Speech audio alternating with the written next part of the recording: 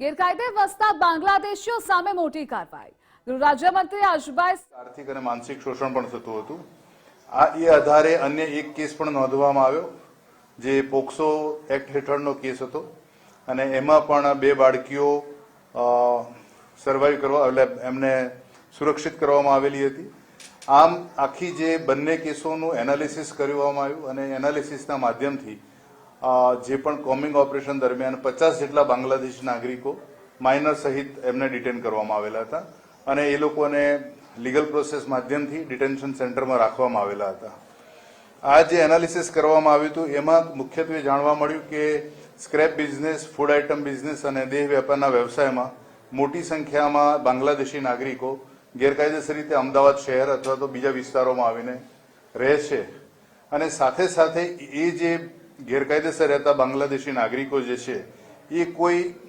દેશ વિરોધી પ્રવૃત્તિ, ભારત દેશ વિરોધી કોઈ પ્રવૃત્તિ કરે છે કે કેમ એ બાબતે પણ તપાસ હાથ ધરવામાં આવેલી અને એ તપાસ હજુ પણ ચાલી રહેલી છે.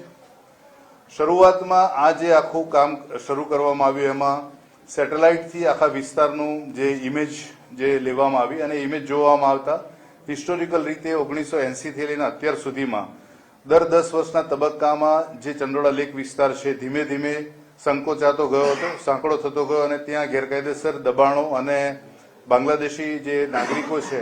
એ લોકો ત્યાં રહેતા હતા. ત્યારબાદ બાયસેક દ્વારા એરિયા મેપિંગ કરવામાં આવ્યું અને એ બંનેની સરખામણી હિસ્ટોરિકલ ટોપોગ્રાફી આધારે નક્કી કરવામાં આવી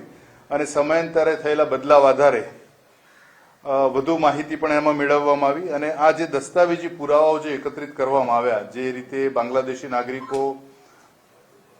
અહીંયા બનાવટી દસ્તાવેજ આધારે રહેતા હતા અને એ લોકો ખરેખર બાંગ્લાદેશના નાગરિકો છે એ અંગેના સચોટ પુરાવા મેળવવામાં આવ્યા.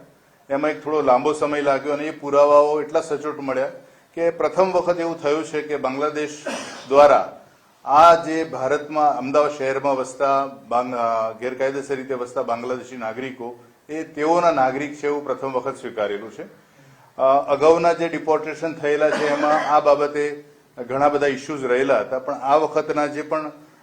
જે દસ્તાવેજી પુરાવા આપવામાં આવ્યા, શરૂઆતમાં ડિટેન્શન પછી અહીંયાથી સ્પેશિયલ બ્રાન્ચ અને ત્યાંથી મિનિસ્ટ્રી ઓફ એક્સટર્નલ અફેર્સ આપણે ગુજરાત રાજ્ય ગૃહ વિભાગ દ્વારા મોકલવામાં આવ્યા અને એ જે દસ્તાવેજી પુરાવા જ્યારે બાંગ્લાદેશ એમ્બેસીને સોંપવામાં આવ્યા ત્યારે એ લોકોએ સ્વીકાર્યું અને એમણે એમના નાગરિકોને સ્વીકાર્યા છે અને સફળતાપૂર્વક આ પ્રકારની પ્રોસેસ આ પ્રથમ વખત થયેલી છે. અમારી જે શરૂઆતમાં 50 મેજર અને 2 માઇનર જે ડિટેન કરવામાં આવેલા હતા એ પૈકી હાલ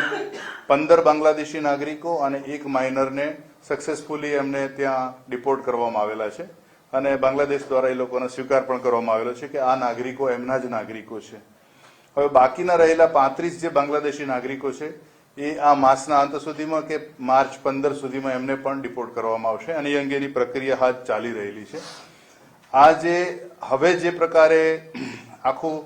માહિતી જે મળી છે આખી પ્રોસેસમાં, એ પ્રોસેસમાં માહિતી જે મળી છે એ બાબતે કાર્યવાહી ચાલી રહી છે. જેમ કે આ જે દેહ વેપારના માધ્યમથી જે પણ એ લોકો આર્થિક ઉપાર્જન કરતા હતા, જે રીતે શોષણ કરવામાં આવતું હતું ને એમના એજન્ટો દ્વારા જે પ્રકારે પૈસા બાંગ્લાદેશ કયા રૂટથી મોકલવામાં આવી રહેલા છે એના માટે પણ કેન્દ્રીય એજન્સીઓની મદદ લેવામાં આવી રહેલી છે. સ્થાનિક જે પણ માહિતી છે એ પણ આપલે કરવામાં આવી રહેલી છે.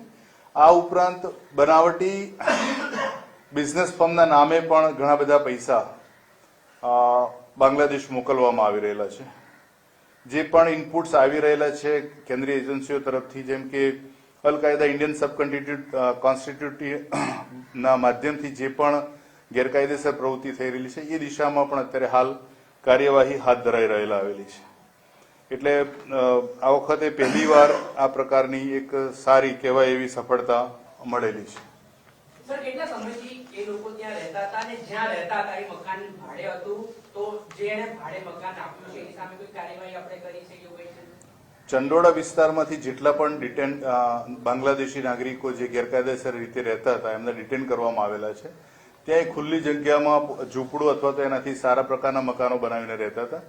અને જે બાકીની જે માહિતી જે છે અત્યારે ઓનગોઈંગ જે પ્રકારની કામગીરી ચાલી રહેલી છે એમાં આ જે માહિતી જે અત્યારે આપેલી છે એ બીજી માહિતી અત્યારે આપી શકાય એમ નથી, કારણ કે આ અંગે વધુ કામગીરી ચાલી રહી છે. અચ્છા સર, રૂટ શું છે આ લોકો? બાંગ્લાદેશથી ભારતમાં કેવી રીતે પ્રવેશે છે અને અમદાવાદ સુધી કેવી રીતે આ લોકો આવે છે? બાંગ્લાદેશથી ભારતમાં પ્રવેશવાના જે પ્રકારે સરહદ છે આપણી, અને જે પ્રકારે